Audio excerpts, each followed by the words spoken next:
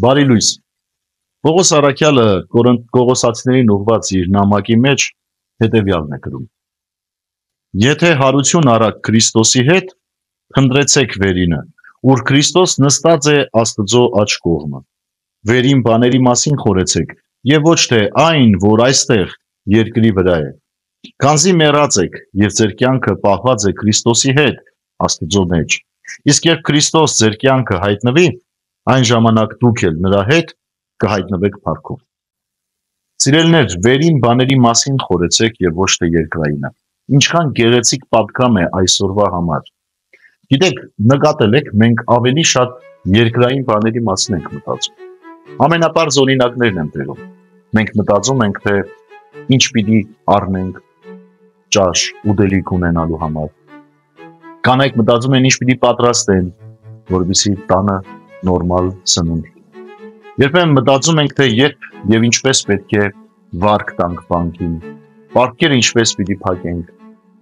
ինչպես անենք, որ մի քիչ ավելի շատ գումար աշխատենք։ Թվում է, թե այս ամեն ինչը մեր առօրյայի մի մասն է եւ այդպես էլ պետք է լինի, որովհետեւ հիմա կասեք, ապա ինչպես պիտի այս ամեն ինչը մենք կարողանանք լուծել, որպես խնդիր մեր առջև դրված։ Հավատացեք, սիրելիներ, նախ եւ առաջ պետք է վերին բաների մասին մտածել։ Իսկ վերին բաների մասին ասվածը դա վերաբերում է աստվածային բաներին։ Այսինքն մարդու միտքը պետք է երկրայինից, նյութականից մի քիչ վերև մնա։ Վերև մնա այնքանով, որ կարողանա խորհրդակցել Աստծո հետ, հարաբերվել Աստծո հետ, որովհետև երկրային բոլոր խնդիրների լուծումը Աստծո միջոցով ավելի լավ է, ավելի ամուր է, ավելի շոշափելի եւ զգալի է։ Հետևաբար Կողոսացիներին այս նամակի այս հատվածով Պողոս Առաքյալն ասում է, որ բավական է ձեր երկրային անելիքների մասին մտածել,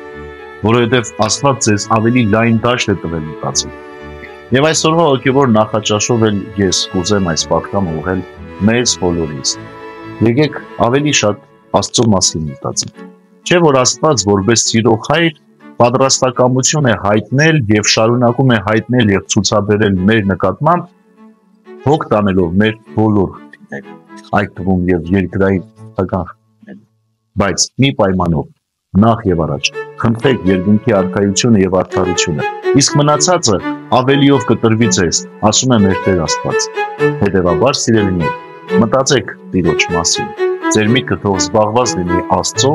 եւ նրա հրաշագործությամբ եւ նրա փրկաբանությամբ եւ նրա փրկության ճանապարհով։ Մնացած բաները հավատացեք, Տերն ինքը կապահովի, անշուշտ այն մարդկանց կյանքում, ովքեր ցանկություն ունեն